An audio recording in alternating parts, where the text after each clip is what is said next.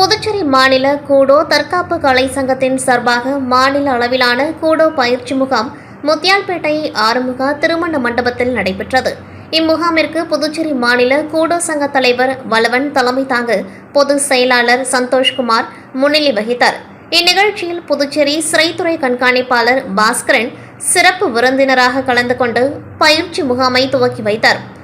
கௌரவ விருந்தினராக உருளையன்பேட்டை காவல் ஆய்வாளர் கிட்டா சத்யநாராயணா கலந்து கொண்டு வாழ்த்துரை வழங்கினார்.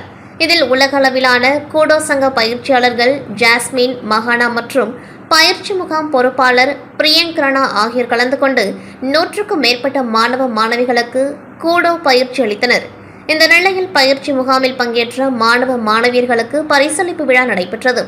இதில் புதுச்சேரி மாநில ஆதிதிராவிடர் மற்றும் பழங்குடியினர் நல இயக்குநர் இளங்கோவன், பில்லா பேங்க் இன்டர்நேஷனல் உயர்நிலைப் பள்ளியின் தலைமை ஆசிரியர் டாக்டர் ஆரோக்கியராஜ் மற்றும் வாசுகி இன்டர்நேஷனல் பள்ளியின் தலைமை ஆசிரியர் மாரிமுத்து உள்ளிட்டோர் சிறப்பு அழைப்பாளர்களாக கலந்து கொண்டு பயிற்சி முகாமில் பங்கேற்ற மாணவ மாணவர்களுக்கு பதக்கங்கள் மற்றும் சான்றிதழ்களை வழங்கி வாழ்த்தினர்.